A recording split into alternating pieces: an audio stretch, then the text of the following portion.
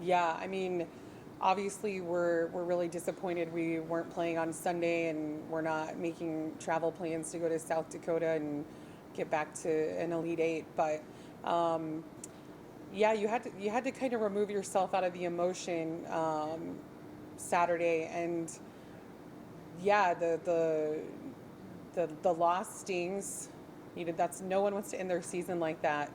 Um, we're blessed to be playing in December, so we had to come back to that like had grateful attitude of we're at one point one of 64 teams playing, and you're one of 32 teams playing, and those just odds in themselves are just those are phenomenal achievements for teams to get to, and to get to a second round of an NCAA tournament is there's a lot of teams that are sitting at home at that point. So just to be blessed, we were just blessed to get there, and to remove yourself from that emotion and kind of look at the whole season.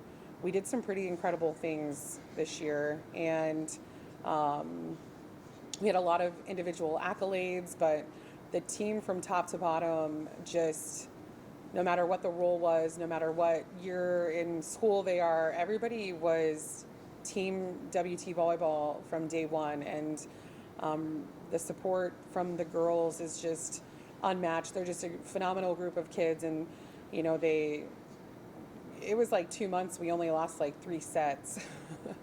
That standard is really high, and to win a regular season conference championship in the Lone Star with um, 17 teams is pretty unbelievable, and to win the Colorado Premier at the beginning of the season that hasn't been done by WT since like 2012, pretty great. You've got co-freshman of the year, you have defensive players of the year, you have all conference kids and second team all conference and honorable mentions and all academics, and I mean just the list of accolades goes so deep, and even all tournament for Tatum and Becker from this weekend, and it's just you look at those things and you're like, how can you can be disappointed, but how can you be sad about it? Because there was so much positive this year, so much positive. I wanted to ask, I mean, it was your first year and you Mm-hmm. exceeded a lot of people's expectations. What is now kind of thinking about your second year, what's that mindset? Yeah, I mean it's like you finish Saturday, you come home Sunday, and then Monday you're already planning for what's next, which is crazy. But I think the future is really bright for WT volleyball. We have a great 25 class. We have a phenomenal group of returners that are both old and young. We had freshmen contributing this year, and they're going to be back with that experience under their belt. And if they don't have that experience, then what does that look like moving forward? So they're going to remember that Metro game for a long time. And though that's going to be a match that will probably be a lot of fuel in the future, just in terms of remember that feeling, because you were disappointed after that, and you don't want that to happen again. So how are we going to problem solve that moving forward? But we're not thinking too far ahead right now. We're still going to, we still need to celebrate the team that we have here and the seniors that we have here, because not only is it hard for your team to lose a match, but seniors are moving on to a new chapter of their life. And so just, we're going to settle in this moment for a while until we can get back to things in the spring, because the seniors have done so much for this program. Cami and Blair have been here their whole careers.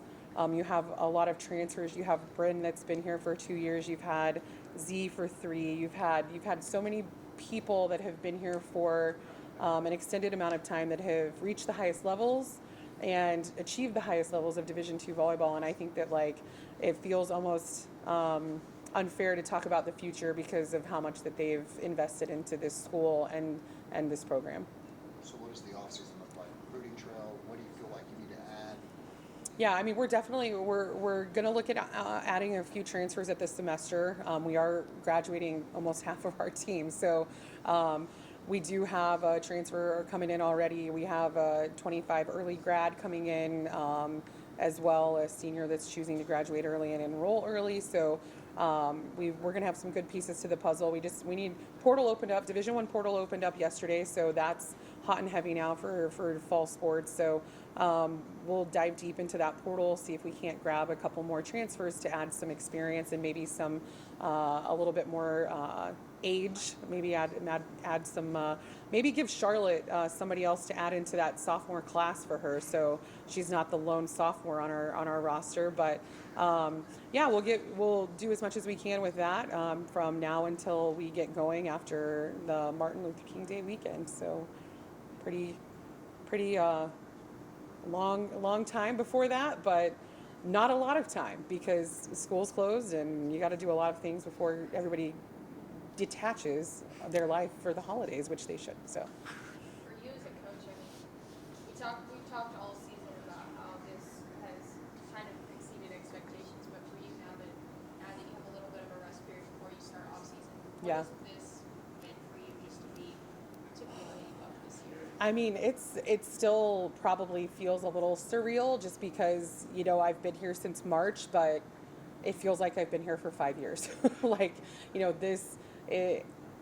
this job is what a blessing to have this job, and what a blessing to walk into this program with these girls, and for them to let me be me and for me to let them be them, and just we figured it out over time, and just continue to build those trusting relationships with those kids because they were involved in the interview process. They were involved in this process, so they had some say. And so to know that I had kind of their stamp of approval coming in, took a lot of weight off my shoulders. But yeah, I can't wait to watch the future teams that we're going to have here build on the success of this senior class, because I think that's really special.